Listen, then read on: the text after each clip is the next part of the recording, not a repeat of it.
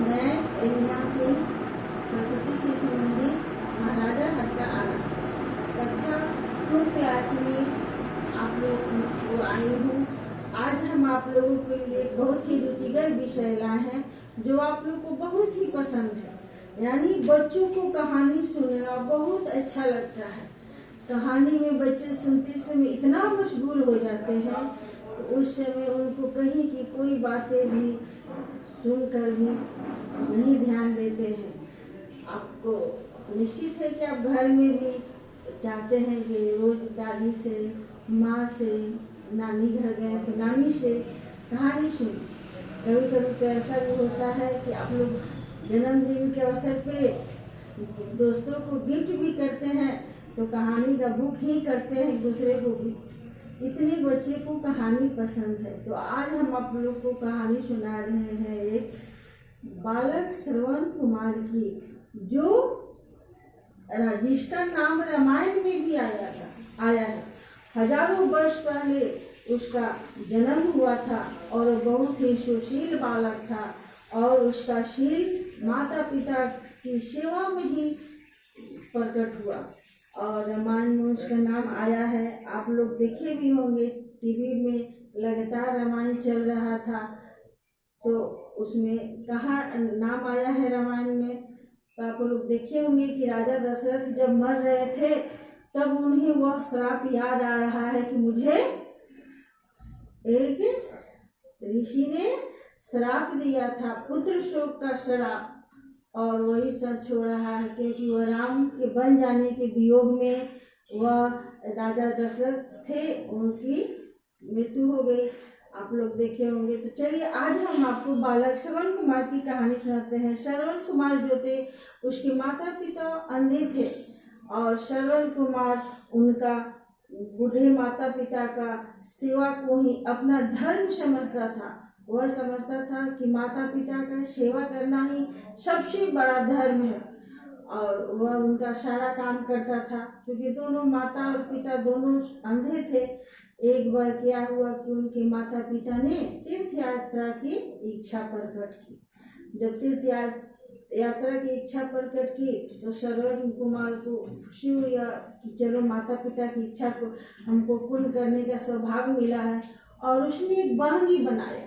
और बहंगी आप लोग देखे होंगे जो कांधे पर रखा जाता है, एक तरफ इधर रहता है पल्ला और एक तरफ इधर रहता है, वह बहंगी बनाया और बहंगी पे एक तरफ माता को और एक तरफ पिता को बैठाया। रास्ते में बहुत सारी कष्ट भी आए, धूप था, प्यास लग रही थी, कहीं गर्मी भी थी, फिर भी वह माता पिता को सेवा करने को ही अपना धर्म समझता था, इसलिए वह सारे कष्ट भी उसको कष्ट नहीं लगे। बहुत दूर जाने के बाद एक वन में जंगल के पास पेड़ था, वहाँ छाया में बहंगी को रखा और उनके माता पिता बोले कि बेटा मुझे बहुत जोर से प्यास लगी है। श्रवण कुमार बोले कि ठीक है आप लोग यहीं बैठिए, मैं अगल बगल कहीं पानी की तलाश करता हूँ। इस तरह से वह पानी तलाश करने के लिए इधर उधर पानी खोज रहे थे तो अचानक एक तालाब दिखा तो सोचे कि जरूर यहाँ पानी मिलेगा। गए इधर तो वह जल पात्र में क्या हुआ कि पानी भरने लगे। जब पानी जल पात्र में भरने लगे तब पानी में से गर गर की जो जल पात्र में आवाज आने लगी और उधर जंगल में राजा दशरथ जो थे शिकार करने के लिए आए हुए थे। वह सोचे कि यहाँ तालाब है तो जरूर कोई न कोई इस जंगल का जो जानवर है पानी पीने के लिए आएगा ही, और जब पानी पीने के लिए आएगा तो मैं उसका शिकार करूँगा। जब वह जल पात्र में पानी गरगर की आवाज़ सुनने लगा तो उसके बाद क्या हुआ कि वह डाल दिया, पानी डालने लगा तो गरगर की आवाज़ सुना तो उधर से जो राजा दशरथ थे तीर मार दिए। जब तीर मारे और राजा दशरथ से जब तीर लगा श्रवण कुमार के तो उनके मुँह से निकलने लगा माँ पिताजी कराहते हुए। अब राजा दशरथ को अपराध हुआ कि मैंने क्या किया, मैंने तो जानवर के चक्कर शिकार करने के चक्कर में एक मनुष्य को मार दिया। जब अब उनको अपराध होने लगा कि अब क्या करें हम, तब वो गए श्रवण के पास, पूछे कि हे बालक तुम कौन हो।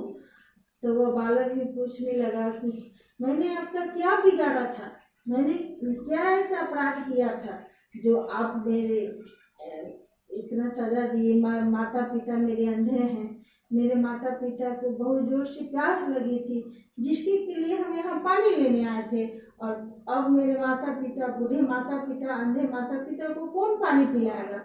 राजा दशरथ को तो अब एकदम अंदर से उनको ग्लानि हो रही थी कि मैंने क्या किया। वो बोले कि ठीक है, पानी तुम्हारे माता पिता अंधे प्यासे हैं तो पानी मैं पिलाऊंगा। और इस तरह से वह श्रवण कहकर अपना शरीर जो था त्याग दिया।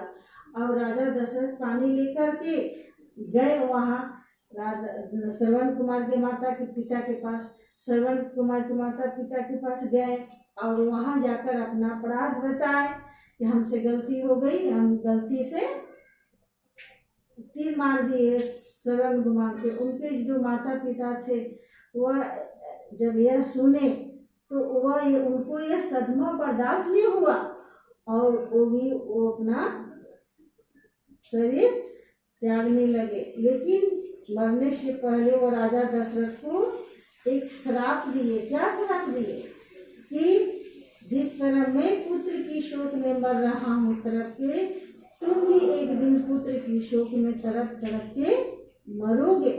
और जब राम जी वन चले गए तब वही राजा दशरथ मरने लगे तो उनको याद आ रहा है उस ऋषि का श्राप। तो यानी किसी को कष्ट नहीं पहुंचाना चाहिए। किसी को अगर कष्ट पहुंचाइएगा तो उसका आत्मा जो है दुखी होता है, और जब आत्मा में दुख पहुंचता है तो उसके मुंह से स्वाभाविक है कि कष्ट होगा, दुख होगा, तो कुछ वह निकलेगा ही जो आपको कष्ट पहुंचाएगा। इसलिए हमेशा दूसरे को दया, और कभी भी निरपराध माने यहाँ शब्दार्थ कुछ लिखे हैं जैसे शिव माने स्वभाव, व्यवहार, चरित्र। सुशील माने अच्छा चरित्र वाला। श्रवण का जो चरित्र था वो बहुत ही अच्छा था। सो माने दुख।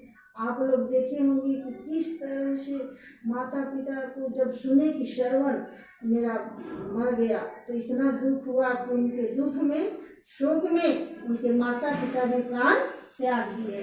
अपराध, दोष या कसूर होता है अपराध का मतलब। तो राजा दशरथ तो गलती से बाण तीर चलाए थे, वो तो सोचे थे कि कोई शिकारी आ गया था।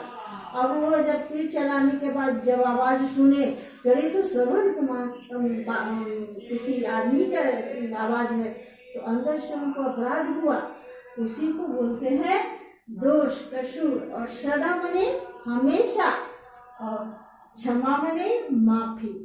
तो यह शब्दार्थ है, शब्दों का अर्थ लिखिएगा और इसको याद कीजिएगा। अब देखिए तो छोटे छोटे प्रश्न उत्तर हैं जिसका हम आप कहानी के माध्यम से आपको समझा दिए हैं।